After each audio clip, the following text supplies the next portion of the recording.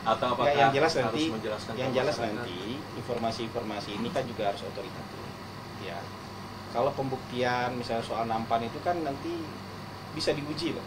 Nampannya begitu nyampe di sini bisa diuji di PP POM, bisa diuji di laboratorium yang kita miliki, benar nggak seperti tuduhan itu. Sejauh ini kita tidak menemukannya. Tapi kalau memang ada kekhawatiran soal itu, kita uji aja. Bisa diuji di BP POM, bisa di. Tadi saya sudah koordinasi sama kepala BP POM.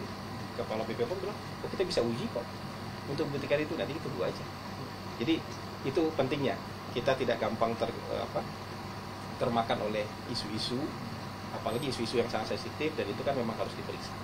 Kira-kira begitu.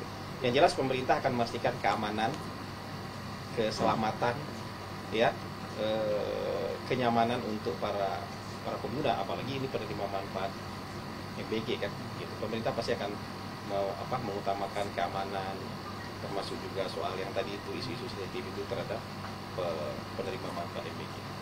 Dan diskusi lumayan intensif dengan Mas Wamenkom Diji, dan kita bertemu dalam satu keprihatinan yang sama. Kita ketemu dalam satu keprihatinan yang sama tentang kondisi ruang digital kita saat ini, terutama informasi-informasi yang beredar, termasuk juga informasi yang beredar soal pemerintahan. Kami beberapa waktu ini memang memantau, teman-teman Komdiji juga memantau, bahkan jumlahnya kalau di Komdiji itu ada tentang konten-konten yang berisi DFK, disinformasi, fitnah dan kebencian, yang makin kesini itu nggak hanya makin serius tapi makin profesional, ya, makin profesional. Dan ini bisa saja tidak hanya membuat kegaduhan tapi juga meresahkan, bisa memecah belah bangsa, bahkan bisa menghambat pembangunan kita. Kantor PCO sebenarnya sudah membuat semacam cek fakta. Teman-teman juga ada yang pro kontra lah dengan cek fakta yang dibuat oleh PCO. Tapi maksud kita membuat cek fakta itu adalah untuk meminimalisir dampak dari disinformasi, fitnah dan kebencian. Dua yang terakhir yang kita buatkan kontra DFK-nya, mungkin teman-teman juga lihat, adalah kan pernah ada Ibu Menteri jadi korban deepfake, dan itu memunculkan kemarahan yang luar biasa. Padahal Ibu Menterinya dibuatkan deepfake-nya palsu lah, tidak ada ngomong begitu, tapi kemudian tapi kebencian kayak gini kan ditumpuk terus menerus. Jangan dipikir kalau sudah selesai satu masalah kemudian udah hilang begitu aja, dia kan menumpuk terus menerus tuh. Atau ada kemarin ada teman dari sebuah pusat studi bilang, gaji pejabat ini nggak bayar pajak katanya. Bupati, gubernur, menteri, presiden itu nggak bayar pajak gajinya katanya. Ini kan penyesatan. Dia nggak deepfake tapi dia ngomong beneran, tapi ini juga penyesatan dan diberi panggung lagi terhadap penyesatan-penyesatan. Padahal aturannya jelas kok, peraturannya jelas kok, bahwa semua pendapatan kan kita nggak cuma gaji, semua penghasilan yang kena pajak ya pasti akan dipotong pajak gitu, kecuali yang gajinya tidak kena pajak, kan memang ada yang PTKP, penghasilan tidak kena pajak. Nah, konten-konten seperti ini ada mungkin puluhan ribu, dan itu mendapatkan reaksi beragam juga di masyarakat. Dan kalau hanya sendirian kita menghadapi ini, nggak mungkin kita hadapi. Sejauh ini konten DFK-nya kantor komunikasi mungkin baru 62 tema, sementara tiap hari produksinya banyak sekali. Makanya kita apresiasi sekali sama teman-teman media yang sudah punya kanal serupa, yang sudah juga punya kanal cek fakta. Dan buat teman-teman yang belum, kita juga mendorong teman-teman media yang belum punya kanal cek fakta juga membuat kanal yang serupa, kanal cek fakta. Supaya apa? Supaya makin banyak orang yang terjun di ranah ini, supaya nggak mungkin satu pihak nih, karena ini produksinya bisa ratusan, bisa ribuan per hari. Dan kalau hanya satu pihak, dua pihak saja yang mengcounter ini nggak akan cukup waktunya. Jadi teman-teman yang sudah punya kita apresiasi, teman-teman media yang belum punya kanal Cek Fakta kita dorong untuk juga punya kanal serupa. Karena PCO sebenarnya pemerintah nggak mau memonopoli cek fakta, tapi kan harus ada yang memulainya, harus ada yang menginisiasinya, dan kita berharap teman-teman juga punya keinginan yang sama untuk untuk membuat kanal Cek Fakta.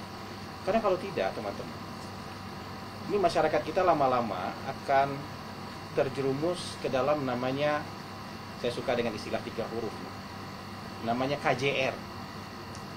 KJR itu dalam bahasa Inggris knee jerk reaction. Jadi kalau kalian ke dokter saraf, dipukul sini tuh, tendon sini tuh dipukul, otomatis bereaksi. Nggak lewat sini, nggak lewat otak, dia otomatis bereaksi. Jadi banyak di kita itu ketika ada konten lewat, kita nggak mikir, nggak cek ulang, nggak lihat-lihat lagi berita yang sebenarnya, langsung bereaksi. Lihat satu konten langsung bereaksi. Kayak orang diet, tapi dietnya nggak pas ini. Kalau diet makanan oke lah, saya kayak ini perlu diet makanan nih. Mas Wamen juga perlu diet makanan. Tapi diet berita, diet informasi, jadi yang dilihat cuma videonya aja tanpa dilihat sumbernya, kredibel apa enggak, yang dilihat judulnya saja, nggak dibaca beritanya. Diet, jadi yang dimakan judulnya aja, beritanya nggak dimakan gitu. Kadang-kadang kan judul kan juga kadang-kadang dipoles sedemikian rupa supaya menarik kan gitu. Jadi, nah itu keprihatinan kita. Nah, tadi kita ketemu nih dengan Komdigi. Kalau kita misalnya tidak bersinergi, tidak hanya pemerintah tapi juga dengan teman-teman media, bangsa kita pasti akan terpuruk ke dalam perpecahan kebencian. Karena materi-materi materi-materi yang membuat emosi ini ternyata laku, cukup laku gitu, cukup laku, banyak peminatnya. Dari itu tadi knee jerk reaction itu, bereaksi tanpa pakai mikir gitu. Begitu udah lihat, oh yaudah, apalagi kontennya kebencian terhadap pemerintah, udah langsung marah-marah aja. Kayak konten-konten misalnya waktu demo di Pati dibilang ada yang meninggal, kantor kita udah langsung ditanya tuh, gimana pendapatnya demo di Pati ada yang meninggal. Kita udah, nah ada yang meninggal, kita cek sana sini, ternyata nggak ada ya. Nah ini kan bahaya. Itu kan dilakukan biasa untuk menyulut emosi, atau demonstrasi bilang ini sudah begini, ini sudah begini, ya, ini yang dipukulin, ini begini. Jadi bahkan sekarang dengan kecanggihan teknologi, tiap sebentar kena konten AI kita. Yeah. DPR dibikin penuh, tapi semuanya AI, ya. Terus demonstrasi di mana dikriat seolah-olah ada di Jakarta, ada deepfake, ada AI, ada komen-komen pakai bot. Jadi kalau satu konten langsung diramein juga pakai komen-komen kebencian di bawahnya. Nah ini tadi kita tanya kita diskusi dengan teman-teman Komdigi sebagai regulator di ruang digital yang juga punya instrumen untuk menegakkan enforcement lah di ruang digital itu bagaimana. Jadi itu tadi yang hasil diskusi kita dengan Wamen Komdigi, yang sangat produktif sekali. Dan Mas Wamen tadi juga ternyata punya temuan keprihatinan yang sama, sehingga ini harus dijalankan sama-sama. Jadi penyadaran, edukasi dijalankan, ya, konten-konten yang meluruskan dan sifatnya edukatif kita jalankan, tapi penataan ruang digitalnya tentu harus dijalankan juga gitu, tadi dari Mas Wamen disampaikan kepada kita. Mungkin itu dari saya.